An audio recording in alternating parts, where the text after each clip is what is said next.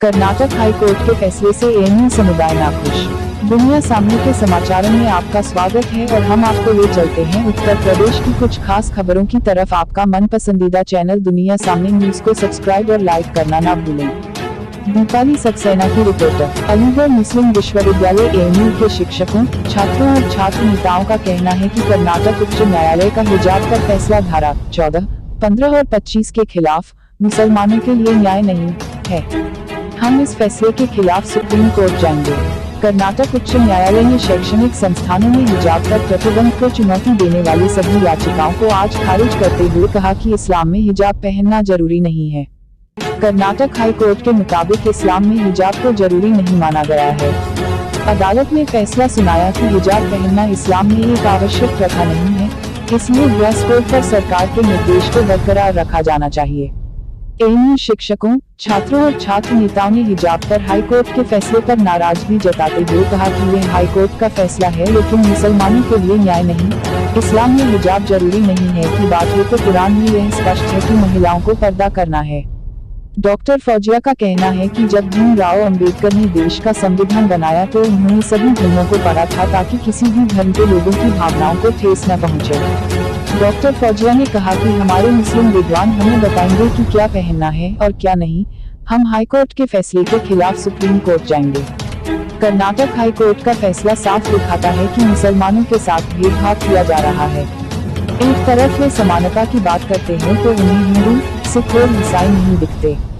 जैसे शिक्षण संस्थानों के वीडियो में मुस्लिम छात्रों को उनके बुर्का और हिजाब से उतार दिया जाता है, लेकिन मंगलसूत्र, सिंदूर, पगड़ी आदि को उतारते हुए कोई वीडियो नहीं देखा जाता है। इसलिए केवल मुसलमानों के साथ भेदभाव किया जा रहा है।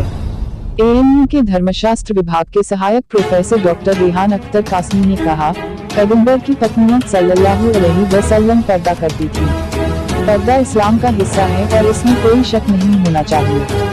डॉक्टर रेहान ने कहा कि अदालत का बयान कि हिजाब इस्लाम का हिस्सा या आवश्यकता नहीं है, तो मुझे लगता है कि इस्लाम के बारे में गलत जानकारी पेश की गई है।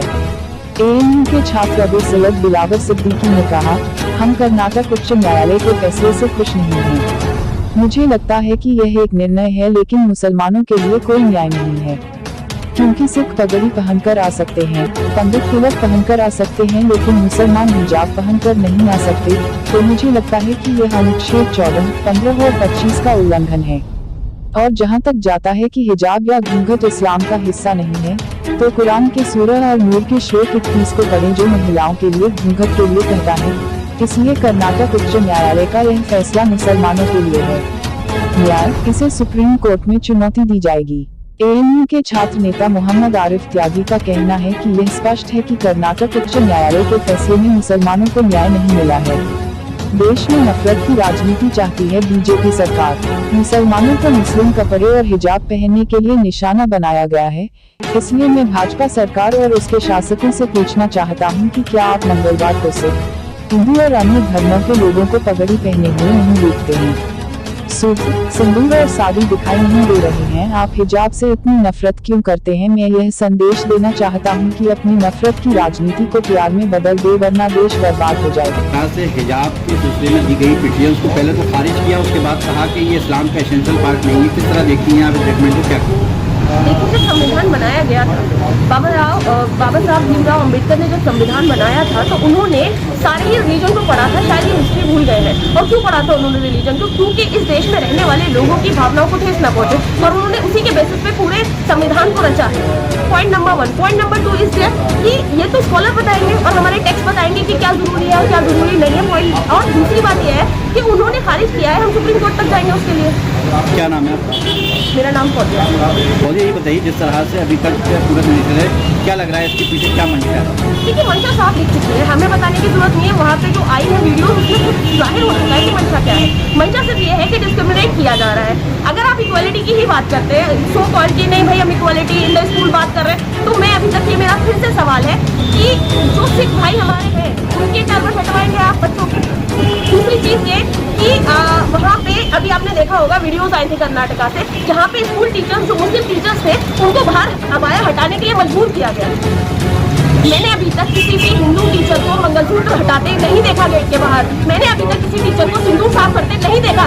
तो सिंदूर और मंगलसूत्र भी जो सिंबल है, अगर वो दिखा रहे हैं कि ये कम्युनिटी का सिंबल है, तो वो भी दोहरा वो नहीं हटवा रहे, तो क्या है ये सिंपल डिस्क्रिमिनेशन है, नथिंग एल्स। तो एज ए लीडर किस तरह देख रहे हैं आप? देखिए, इसमें जाहिर सी बात है, इंसाफ नहीं मिला है। और जिस तरह से बीजेपी गवर्नमेंट पूरे हिंदुस्तान में और पूरे देश में नफरत की राजनीति करना चाहती है और तासुब भरी राजनीति में सक्षम होती नज़र आ रही है, तो इसी तरह से इस बढ़ते कदम को हम देख रहे हैं। और जिस तरह से मुस्लिम कम्युनिटी को टारगेट किया गया है और जिस तरह से हिजाब को टारगेट किया, मुस्लिम कम्युनिटी के लिबास को टारगेट किया गया है, तो मैं ये सबसे सवाल करना चाहता हूँ बीजेपी के हुक्मरानों से और बीजेपी गवर्नमेंट से ये सवाल करना चाहता हूँ, क्या आपको सिख नज़र नहीं आते, क्या आपको हिंदू नज़र नहीं आते, या आपको और मज़हब वाले लोग नज़र नहीं आते, जो लोग अपनी पगड़ी भी पहन सकते हैं, तिलक भी लगा सकते हैं, मंगलसूत्र भी पहन सकते हैं, साड़ी भी पहन सकते हैं, लेकिन आपको सिर्फ हिजाब से ही क्यों नफरत होगी इतनी? तो मैं सिर्फ पैगाम इतना देना चाहता हूँ कि जो भी ये नफरत की राजनीति करना चाह रहे हैं, जो बढ़ते कदम अपने बढ़ाते चाह रहे हैं, तो मैं ये कहना चाह रहा हूँ कि अपनी राजनीति को मोहब्बत की तरफ बदलें। नफरत करेंगे तो देश बर्बाद होकर रह जाएगा। देश की तरक्की और बहाल सोचना है तो मोहब्बत की तरफ कदम बढ़ा के देखें, तो मैं समझता हूँ देश सुधर भी सकता है और लोगों में मोहब्बत भी पैदा हो सकती है। देखिए, कर्नाटक हाईकोर्ट का जो भी जजमेंट आया है उससे हम कुछ नहीं है। मैं समझता हूँ ये एक फैसला था, न्याय नहीं था मुसलमानों के लिए, क्योंकि यूनिफॉर्म कोड की ये लोग बात कर रहे हैं और यूनिफॉर्म ड्रेस की सबकी बात कर रहे हैं। सिख अपना पगड़ी पहन के आ सकता है, पंडित अपना तिलक लगा के आ सकता है, मगर मुस्लिम औरतें हिजाब लेके नहीं आ सकते। मैं समझता हूँ कहीं ना कहीं हमारी आर्टिकल 25 की वायलेशन है, आर्टिकल 14 की वायलेशन है और आर्टिकल 15 की वायलेशन है। और रही बात, कोर्ट ने कहा कि पर्दा हिजाब एसेंशियल नहीं इस्लाम में, तो मैं उनको एक चीज़ ये कहता हूँ कि कुरान की अल नूर सूरा की 31 नंबर आयत पढ़ लीजिए, औरतों के लिए पर्दा के लिए कहा गया है, और 30 नंबर आयत में मर्दों के लिए जो मेंटेन उसको उसके बारे में बताया गया है। तो मैं समझता हूँ इस जो फैसला है इससे ये इंसाफ नहीं है मुसलमान के लिए, और इसको आगे सुप्रीम कोर्ट में चैलेंज करेंगे।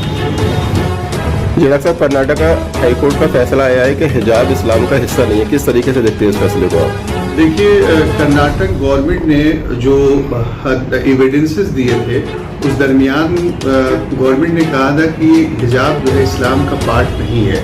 उस वक्त भी मैंने कहा था कि ये इस्लाम का पार्ट है, क्योंकि कुरान में बहुत वाज़ेह तौर पर इन तमाम चीज़ों की तालीमात मौजूद हैं। और हमारे लिए इस्लामी शरिया का जो मेन सोर्स है वो कुरान और हदीस है, और हदीस में भी बहुत सारी हदीस इसकी तरफ इशारा करती हैं। खुद नबी करीम सल्लल्लाहु अलैहि वसल्लम की जो अज़वाज मुतहरात थी वो पर्दा करती थी। आप ये देखिए कि एक नाबीना सहाबी मजलिस रसूल में आते हैं और उनसे हज़रत उम्मे सलमा हज़रत मैमूना कहती हैं कि क्या रसूलुल्लाह सल्लल्लाहु अलैहि वसल्लम, क्या हम इनसे पर्दा करें? तो रसूलुल्लाह सल्लल्लाहु अलैहि वसल्लम ने क्या फरमाया कि वो तुम्हें तो नहीं देख सकते, लेकिन तुम तो उनको देख रही हो। इसका मतलब है कि मर्दों का भी पर्दा है और औरतों का भी पर्दा है। दूसरी बात ये कि एसेंशियल प्रैक्टिस नहीं है। आप ये देखिए कि कुरान में बहुत सारी प्रैक्टिसेस की बात कही है इस्लाम ने, कुरान ने। बहुत सारे लोग नहीं मानते हैं, लेकिन जो लोग मानते हैं वो उसको रिलीजन का पार्ट मानते हैं। तो इसी तरीके से ये हिजाब इस्लामी जो है, इस्लामी शरिया का, इस्लाम का एक पार्ट है। इसमें कहीं से कोई शक और शुबे की कोई गुंजाइश नहीं होती है। और मैं समझता हूँ कि कोर्ट ने जो कुछ कहा है, तो मुझे चाहिए, कोर्ट को चाहिए कि इसकी सही जो निशानदेही है, हिजाब किस सिलसिले में है, कौन सा हिजाब, कैसा हिजाब, हिजाब क्यों कहा गया है, उसकी हिकमत क्या है, किसके तहत बयान किया गया, बहुत सारी चीज़ें हैं। तो मैं इस बात की तरफ पुरजोर तरीके से बात उठाता हूँ कि इस्लाम की शरिया का ये पार्ट है, इसमें कहीं से कोई शक और शुबे की गुंजाइश नहीं है। हाँ, कर्नाटक हाई कोर्ट ने जो ये बात कही है कि तमाम बैन लगाने वाली जो पिटिशंस हैं, जो अर्जियां थी, सबको खारिज कर दिया है। ठीक है, मैं उसका वेलकम करता हूँ, मैं कोर्ट के तमाम फैसलों का वेलकम होता है, लेकिन ये कह देना कि वो इस्लाम की प्रैक्टिस नहीं है, मैं समझता हूँ कि कोर्ट के सामने ये गलत इंफॉर्मेशन पेश की गई है। और सही इंफॉर्मेशन के साथ लोगों में एक सही मैसेज भी जाना चाहिए, ताकि संविधान ने जो राइट्स दिया है उसका भी इस्तेमाल हो। और इस्लामी शरिया किसी भी चीज को किसी पर थोपता नहीं है, सबको फ्रीडम देता है। कुरान ने ये बात वाज़ेह तौर पर कर दी है। इसी तरीके से हिंदुस्तान का संविधान भी लोगों को आज़ादी देता है, उड़ने का, पहनने का, खाने का, जीने का, रिलीजियस फ्रीडम भी देता है। तो उसको सभी सामने रखकर लोगों को ये कर्नाटक हाई कोर्ट के फैसले छीनने वाली नहीं बात कही है। मैं तो समझता हूँ कि वीडियोस देखने के लिए सब्सक्राइब करें दुनिया सामने न्यूज़, बेल आइकन दबाकर पाएं लेटेस्ट नोटिफिकेशन।